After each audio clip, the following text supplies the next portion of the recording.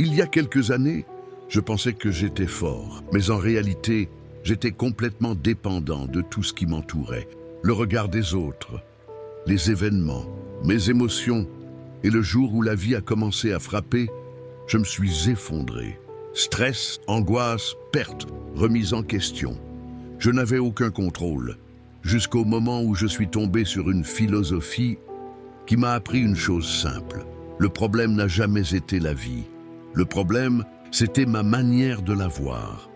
Et aujourd'hui, je vais te montrer comment le stoïcisme peut te rendre inébranlable. Le jour où j'ai compris que je n'avais aucun contrôle, je me rappelle d'un moment précis, un moment banal, mais qui a tout changé. J'étais seul, assis, en train de réfléchir à ma vie, et plus je réfléchissais, plus je me sentais oppressé. J'avais cette sensation bizarre que tout pouvait basculer à n'importe quel moment. Mes projets, mes relations, mon avenir, et ce qui me faisait le plus souffrir, c'était de ne pas pouvoir contrôler tout ça. J'étais dans l'illusion du contrôle. Pendant longtemps, j'ai cru que pour être heureux, je devais tout maîtriser, que tout devait se passer comme prévu. Mais la réalité, c'est que la vie ne suit jamais ton plan. Et plus tu essaies de contrôler ce qui t'échappe, plus tu te détruis mentalement. La citation d'Épictète qui a tout changé. Il y a des choses qui dépendent de nous et d'autres qui n'en dépendent pas. Quand j'ai entendu ça, au début, je me suis dit « oui, logique ». Mais en réalité, je n'avais jamais vraiment compris ce que ça impliquait. Parce que si tu réfléchis bien, ça veut dire que 80% de ce qui te fait souffrir ne dépend pas de toi comme le regard des autres, le passé, les résultats, les événements. Et pourtant, c'est exactement là-dessus qu'on concentre toute notre énergie. C'est alors que j'ai eu une prise de conscience personnelle. Je me suis rendu compte que je passais mes journées à anticiper des choses que je ne pouvais pas contrôler, regretter des choses déjà passées, essayer de plaire à tout le monde, et forcément, j'étais constamment frustré parce que je jouais à un jeu que je ne pouvais pas gagner. Alors j'ai commencé à faire un truc simple. À chaque fois que quelque chose me stressait, je me posais une seule question. Est-ce que ça dépend de moi? Si la réponse est oui, j'agis. Si la réponse est non, je lâche. Et ça a changé ma vie. Je me rappelle d'une situation où j'attendais une réponse importante, un message, quelque chose qui pouvait potentiellement changer beaucoup de choses pour moi. Et pendant des heures, je regardais mon téléphone, je stressais, je me faisais des scénarios. Et si c'est non? Et si ça ne marche pas? Puis je me suis arrêté et je me suis posé la question, est-ce que je peux contrôler cette réponse? Non. Donc pourquoi je souffre pour ça? À partir de là, j'ai posé mon téléphone et j'ai recentré mon énergie sur ce que je pouvais faire. Travailler, avancer, m'améliorer et résultat. Moins de stress, plus de contrôle, plus de paix. Alors, ce que ça change concrètement. Quand tu comprends vraiment ce principe, ta vie devient plus simple, pas plus facile, mais plus claire. Tu arrêtes de le courir après le contrôle, t'épuiser mentalement, subir tes émotions, et tu commences à te concentrer uniquement sur ce qui dépend de toi. Et c'est là que tout commence. Parce qu'une fois que tu comprends ça, ton stress diminue, ton anxiété baisse, ton esprit s'apaise. Et justement, dans la prochaine partie, on va voir comment ce principe m'a permis de calmer mon angoisse, alors que j'étais constamment dans le futur. Comment le stoïcisme a calmé mon angoisse? Je ne sais pas si ça t'est déjà arrivé, mais moi, il y a eu une période où mon esprit ne s'arrêtait jamais, même quand tout allait bien extérieurement. À l'intérieur, c'était le chaos, une angoisse silencieuse. C'était pas forcément des grosses crises, c'était pire. Une angoisse constante, toujours là, en arrière-plan, comme un bruit, une tension, un truc que tu n'arrives pas à expliquer. Je pouvais être posé tranquille, et d'un coup, mon cerveau partait. Je commençais à imaginer des échecs, des problèmes, des situations qui n'existaient même pas. Et le pire, c'est que mon corps réagissait comme si c'était réel. Cœur qui s'accélère, tension, stress, alors que rien ne se passait. la citation de Sénèque qui m'a réveillé. Nous souffrons plus souvent en imagination qu'en réalité. Cette phrase, elle est violente quand tu la comprends vraiment, parce qu'elle veut dire que ton cerveau crée une souffrance sans événement réel. Tu n'es pas en danger, mais ton esprit te fait croire que tu l'es. Et du coup, tu vis des émotions réelles pour des problèmes imaginaires. C'est alors que j'ai eu une prise de conscience personnelle. Je me suis rendu compte d'un truc. La plupart de mes angoisses n'étaient jamais arrivées. Jamais. Et pourtant, j'avais passé des heures, des jours à souffrir pour elles. C'est là que j'ai compris. Je ne vivais pas dans la réalité. Je vivais dans mes projections. Jusqu'au moment déclic.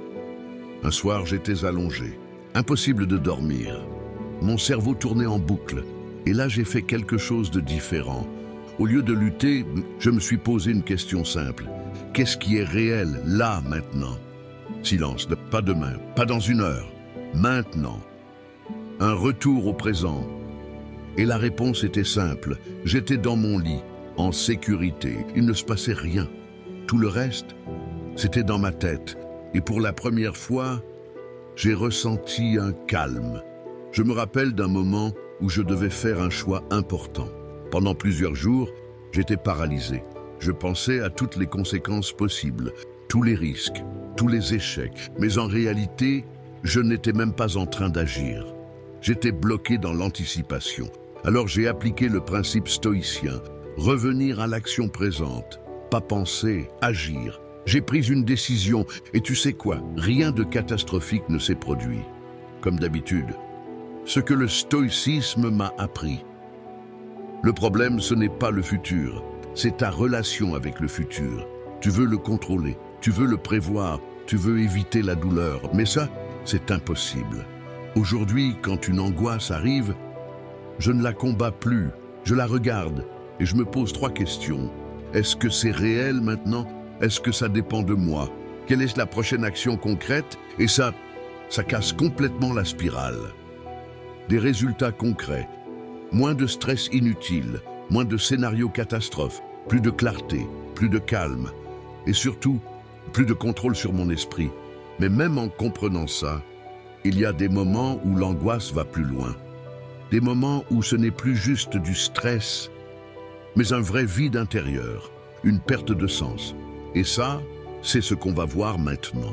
Quand j'ai touché le fond, la dépression, le vide, il y a une différence entre être stressé et être vide. Et ça, je ne l'avais jamais compris avant de le vivre. Le moment où tout s'éteint. Il y a eu une période dans ma vie où plus rien ne me faisait vibrer. Pas de grosse tristesse, pas de crise, juste rien. Je me levais le matin sans énergie, sans envie, sans objectif. Même les choses que j'aimais avant ne me faisaient plus rien. On tombe alors dans le piège invisible. Et le pire dans ces moments-là, c'est que personne ne le voit vraiment. Tu continues à fonctionner, tu fais semblant, tu souris parfois. Mais à l'intérieur, c'est le silence. Et forcément, mon esprit a commencé à remplir ce vide avec des pensées comme « à quoi bon? Ça sert à rien, je suis pas assez, rien ne va changer. » Et au début, je pensais que c'était la vérité. La citation de Marc Aurèle qui a tout changé. Tu as du pouvoir sur ton esprit, pas sur les événements extérieurs. Explication profonde. Cette phrase, elle est fondamentale, parce qu'elle te fait comprendre une chose. Même quand ta vie est chaotique, ton esprit peut devenir stable. Mais pour ça, il faut faire une distinction que peu de gens font. Tu n'es pas tes pensées. C'est le déclic qui m'a sauvé. Un jour, j'étais assis et j'avais encore ces pensées négatives. Et pour la première fois, je ne les ai pas suivies. Je les ai regardées, comme si c'était quelqu'un d'autre qui parlait. Et je me suis dit, et si ce n'était pas la vérité? Au lieu de dire « je suis nul », j'ai commencé à voir. J'ai une pensée qui me dit que je suis nul. Et ça change tout. Parce que d'un coup, tu crées une distance. Exemple concret. Je me souviens d'un matin.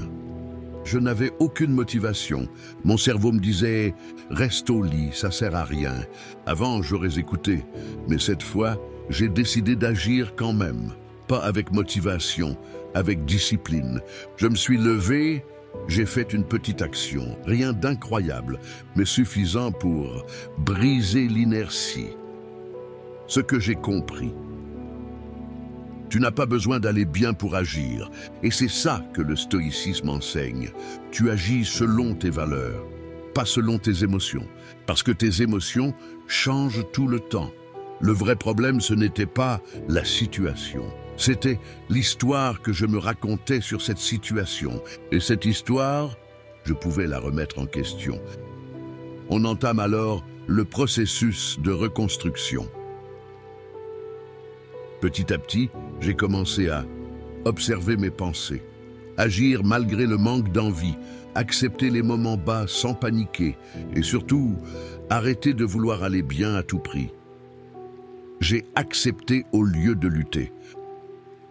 Avant, je voulais sortir de cet état le plus vite possible. Donc je résistais. Et cette résistance empirait tout. Puis j'ai appris à faire l'inverse. Accepter, pas aimer. Accepter, ce que ça change. Quand tu acceptes, la pression diminue. Tu arrêtes de te juger. Tu respires un peu plus. Et paradoxalement, c'est là que tu commences à remonter. Des résultats concrets. Je ne suis pas devenu heureux du jour au lendemain, mais j'ai arrêté de sombrer. Et ça, c'était déjà énorme. Petit à petit, plus de clarté, plus de stabilité, moins de chaos intérieur. Mais même quand tu commences à reprendre le contrôle, il y a une épreuve que personne n'évite. Une épreuve qui touche tout le monde, la perte, le deuil, et ça, c'est probablement ce qu'il y a de plus difficile à accepter. La perte qui m'a changé, le deuil et l'acceptation. Il y a des moments dans la vie où tu comprends que tu ne contrôles vraiment rien, pas juste en théorie, en réalité.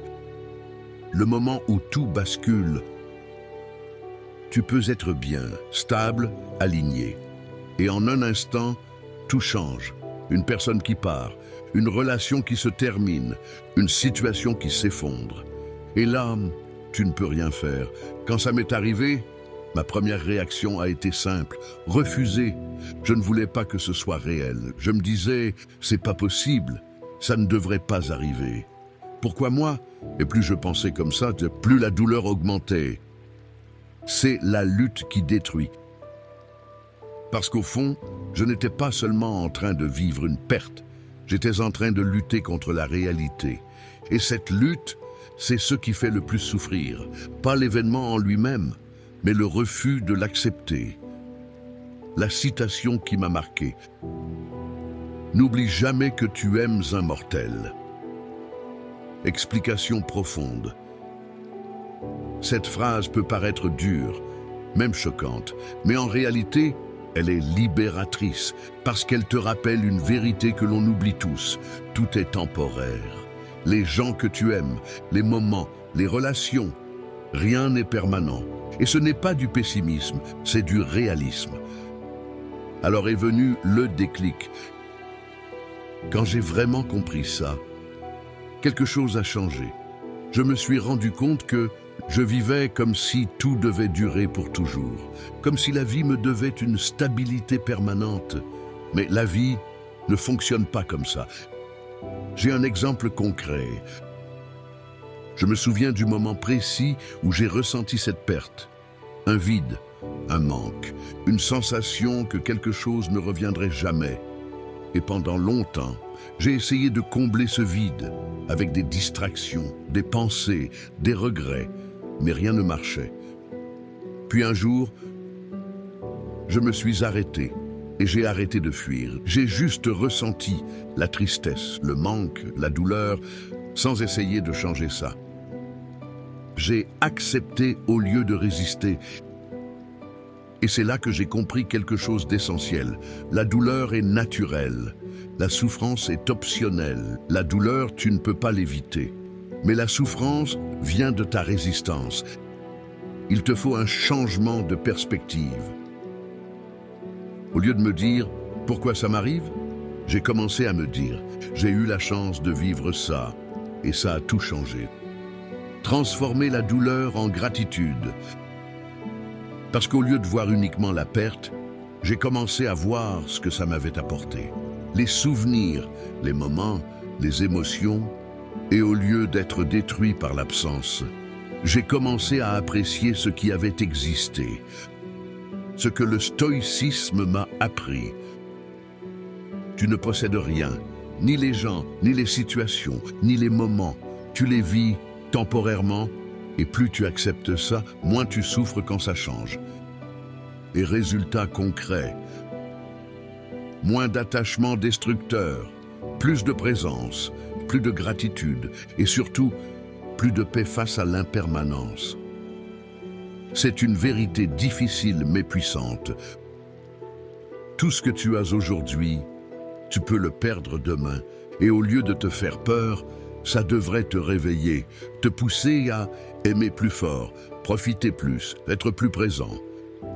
Mais accepter la perte, c'est aussi se retrouver face à soi-même, sans distraction, sans repères extérieurs. Et dans ces moments-là, une question revient.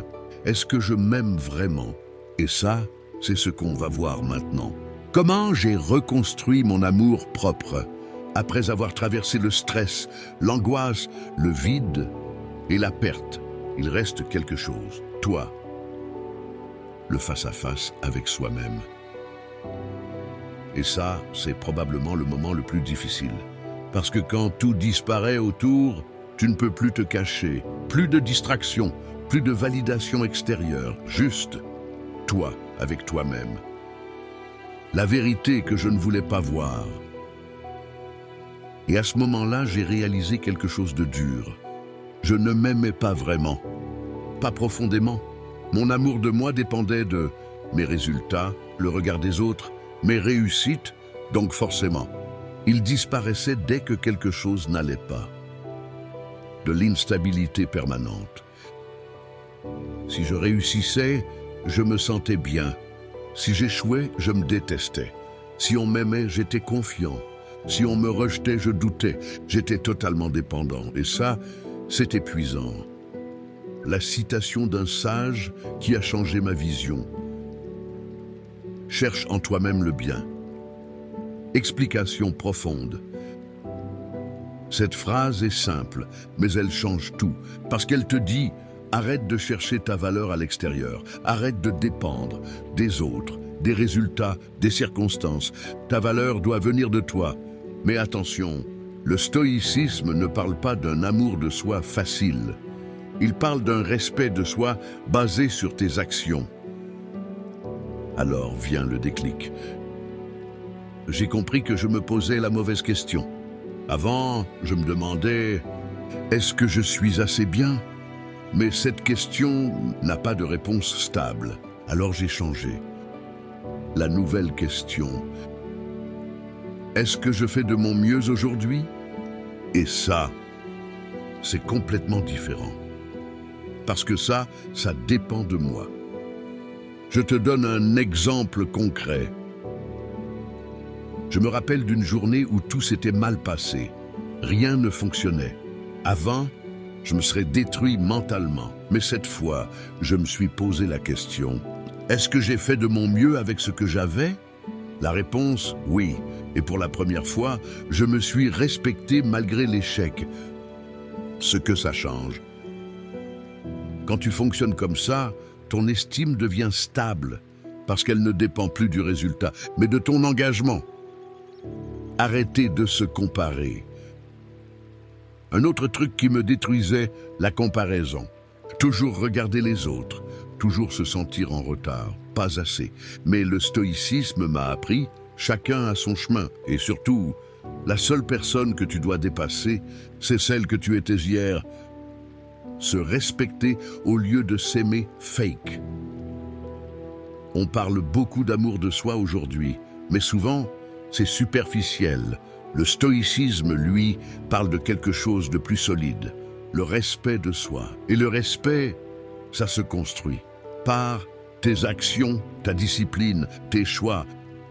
Ensuite, le processus de reconstruction. Petit à petit, j'ai commencé à tenir mes engagements envers moi-même, agir même quand je n'avais pas envie, arrêter de me juger constamment et surtout arrêter de chercher la validation extérieure. Accepter qui tu es, mais continuer à évoluer. Le stoïcisme ne dit pas « accepte-toi et reste comme tu es ». Il dit « accepte-toi et améliore-toi », sans haine, sans pression excessive, avec discipline et lucidité. Et là, résultat concret. Plus de stabilité émotionnelle, moins de dépendance aux autres, plus de confiance réelle et surtout, une relation saine avec moi-même. Voici une vérité importante. Si tu ne construis pas ta valeur toi-même, le monde va le faire à ta place. Et le problème, c'est que ce sera instable. Mais même en développant cet amour-propre, il reste un défi. Un défi que tout le monde affronte chaque jour. Les émotions, la colère, la frustration, la peur. Et la vraie question, c'est est-ce que tu les contrôles ou est-ce qu'elles te contrôlent? C'est ce qu'on va voir maintenant. Ce que j'ai compris sur mes émotions. Pendant longtemps, je pensais que mes émotions étaient plus fortes que moi. Quand j'étais en colère, j'étais en colère. Quand j'étais stressé, j'étais stressé. Quand j'étais frustré, j'étais frustré. Comme si je n'avais aucun choix. J'ai appelé ça le mode automatique. Je réagissais instantanément, sans réfléchir. Quelqu'un disait quelque chose, réaction. Un problème arrivait, stress, une critique, colère. C'était automatique. Et le problème avec ça, c'est que tu subis ta propre vie. On va voir les conséquences. Dire des choses que tu regrettes, prendre de mauvaises décisions, te laisser emporter, et après, la culpabilité. Mais sur le moment, tu avais l'impression que c'était plus fort que toi. La citation qui a tout changé. Entre le stimulus et la réponse, il y a un espace. Je t'explique. Cette phrase, elle est révolutionnaire, parce qu'elle veut dire que, entre ce qui t'arrive et ta réaction, il existe un moment, un espace, même s'il est très court. Et dans cet espace, tu peux choisir. Alors là, le déclic. Avant, je pensais événement, une réaction. Mais en réalité, il y a événement, interprétation, émotion, ET, réaction. Et ça change tout. Parce que ton interprétation, tu peux la travailler. Je me rappelle d'un moment où quelqu'un m'a critiqué. Avant, j'aurais réagi directement. Défendre, attaquer, me justifier. Mais cette fois, je me suis arrêté. Quelques secondes. Et je me suis posé une question. Est-ce que cette critique est vraie? 2 scénarios possibles. Si c'est vrai, j'apprends, je m'améliore. Si c'est faux, pourquoi me mettre en colère?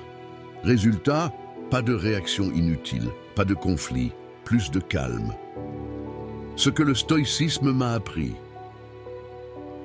Tu ne contrôles pas tes émotions instantanées, mais tu contrôles ce que tu en fais. Et ça, c'est une énorme différence. Il faut arrêter de croire tout ce que tu ressens. Avant, je pensais, si je ressens quelque chose, c'est que c'est vrai. Mais non, une émotion, ce n'est pas un fait. C'est une réaction et parfois, elle est complètement fausse. Exemple simple. Tu envoies un message, pas de réponse. Ton cerveau dit, il m'ignore. J'ai fait un truc mal. Résultat, stress et frustration. Alors que la réalité, tu ne sais pas. Alors il te faut reprendre le contrôle. Aujourd'hui, quand une émotion arrive, je fais 3 choses. Je la remarque. Je ne réagis pas immédiatement. Je questionne mon interprétation. Et ça change tout. Et j'ai appris à ne pas réprimer, mais à canaliser. Le stoïcisme ne dit pas « ne ressens rien ». Il dit « ne sois pas esclave de ce que tu ressens ». Tu peux être en colère, sans exploser. Tu peux être triste, sans sombrer. Tu peux être stressé, sans paniquer. Apprends le pouvoir de la pause. La plus grande transformation pour moi, ça a été ça. Apprendre à faire une pause, quelques secondes. Mais ces secondes changent tout. Résultat concret. Moins de réactions impulsives, moins de conflits, plus de contrôle, plus de respect de soi et surtout, une vraie paix intérieure. Alors, une vérité importante. Si tu ne contrôles pas tes réactions, ce sont les événements qui contrôlent ta vie et tu deviens dépendant de tout. Mais même en apprenant à gérer ses émotions, la vie va continuer à te tester encore et encore, avec des obstacles, des difficultés, des moments durs. Et la vraie question c'est, est-ce que ces épreuves vont te casser ou te construire? C'est ce qu'on va voir maintenant. Les épreuves ne sont pas là pour te casser. Si tu regardes bien ta vie, tout ce qui t'a marqué, ce ne sont pas les moments faciles. La vérité que personne n'aime entendre. Les moments confortables, tu les oublies, mais les moments difficiles, eux, ils te transforment. Mon ancienne vision. Avant, chaque problème était une injustice. Je me disais, pourquoi ça m'arrive? C'est pas normal. J'en peux plus. Et à chaque fois, je me sentais victime. Je tombais dans le piège de la victimisation. Quand tu penses comme ça, tu perds ton pouvoir. Parce que tu mets la responsabilité à l'extérieur, les autres, la vie, les circonstances. Et du coup, tu subis. La citation qui a tout changé. L'obstacle est le chemin. Explication. Cette phrase est contre-intuitive parce qu'on pense que l'obstacle bloque le chemin. Mais le stoïcisme dit l'inverse. L'obstacle est le chemin. C'est-à-dire que ce qui te bloque est exactement ce dont tu as besoin pour évoluer. Alors là, le déclic. Quand j'ai compris ça, ma vision des problèmes a complètement changé. Au lieu de voir un mur, j'ai commencé à voir une opportunité. Exemple concret. Je me souviens d'une période très difficile. Rien n'allait. Problèmes personnels, doutes, remise en question totale. Sur le moment, j'avais l'impression de reculer, de perdre. Mais avec du recul, c'est cette période qui m'a le plus construit. Et ce que ça m'a apporté. Grâce à ces épreuves, j'ai développé plus de discipline, plus de recul, plus de force mentale et surtout une meilleure compréhension de moi-même. Ce que le stoïcisme m'a appris. Les difficultés ne sont pas là pour te détruire, elles sont là pour te tester, pour voir comment tu réagis, ce que tu fais, qui tu deviens. Il faut changer la question. Au lieu de demander « Pourquoi moi ?», demande « Qu'est-ce que ça peut m'apprendre ?» Et ça change tout. Et tu commences à reprendre le contrôle. Parce que même si tu ne contrôles pas l'épreuve, tu contrôles ta réponse. Et c'est ça qui définit la personne que tu deviens. Exemple simple. Deux personnes vivent la même situation. L'une abandonne, l'autre apprend, même problème. Résultat complètement différent. La responsabilité personnelle. Le stoïcisme t'enlève une illusion, celle d'attendre que la vie soit facile. Et il te donne une responsabilité, devenir plus fort. Une vision différente de la vie. Aujourd'hui, quand quelque chose de difficile arrive, je ne suis pas heureux, mais je ne suis plus détruit non plus. Je me dis simplement, ok, qu'est-ce que je dois apprendre ici? Transformer la douleur en force. Chaque épreuve peut devenir une compétence, une leçon, une évolution, mais seulement si tu choisis de l'utiliser. Résultat concret. Plus de résilience, moins de peur des difficultés, plus de confiance face à l'avenir, parce que tu sais que, peu importe ce qui arrive, tu peux gérer. Voici une vérité puissante. Tu ne deviens pas fort quand tout va bien. Tu deviens fort quand tu continues malgré tout. Les épreuves ne sont pas là pour te briser. Elles sont là pour révéler qui tu es. Et quand tu comprends tout ça, Quand tu comprends ce que tu contrôles, comment gérer ton esprit, comment voir les épreuves, alors ta vie change. Pas parce que les problèmes disparaissent, mais parce que toi, tu n'es plus le même. En conclusion, si tu es encore là, ce n'est pas un hasard. C'est peut-être parce que toi aussi, tu traverses quelque chose. On a parlé de beaucoup de choses. Le contrôle, le stress, l'angoisse, le vide, la perte, l'amour de soi, les émotions, les épreuves. Et si tu regardes bien, tout est lié. La grande illusion. Pendant longtemps, on nous fait croire que pour être bien, il faut que la vie soit parfaite. Pas de problème, pas de stress, pas de douleur. Mais ça n'existe pas. La vérité stoïcienne, la vie sera toujours imprévisible, parfois dure, parfois injuste. Mais le stoïcisme t'apprend quelque chose de différent. Tu n'as pas besoin que la vie soit stable pour être stable. Mais le vrai pouvoir, ce n'est pas de contrôler le monde. C'est de te contrôler toi, tes pensées, tes réactions, tes actions. Parce qu'au final, c'est tout ce que tu as. Une prise de conscience personnelle. Aujourd'hui, je n'ai pas une vie parfaite. J'ai encore des problèmes, des doutes, des moments difficiles. Mais la différence, c'est que je ne m'effondre plus comme avant. Ce qui a changé. Avant, chaque problème me détruisait. Aujourd'hui, chaque problème m'enseigne quelque chose. Avant, je subissais mes émotions. Aujourd'hui, je les comprends. Avant, je cherchais à contrôler la vie. Aujourd'hui, je me contrôle moi-même. Une vérité simple mais puissante. Tu ne peux pas éviter la douleur, la perte, les difficultés, mais tu peux éviter de te perdre toi-même dedans. Le message à retenir. Peu importe ce que tu traverses aujourd'hui, tu es plus fort que tu ne le penses, mais cette force, tu dois la construire. Et le stoïcisme est un outil pour ça. Phrase forte. Tu ne contrôles pas ce qui t'arrive, mais tu contrôles qui tu deviens. Alors, je t'invite à passer à l'action. À partir d'aujourd'hui, pose-toi une seule question.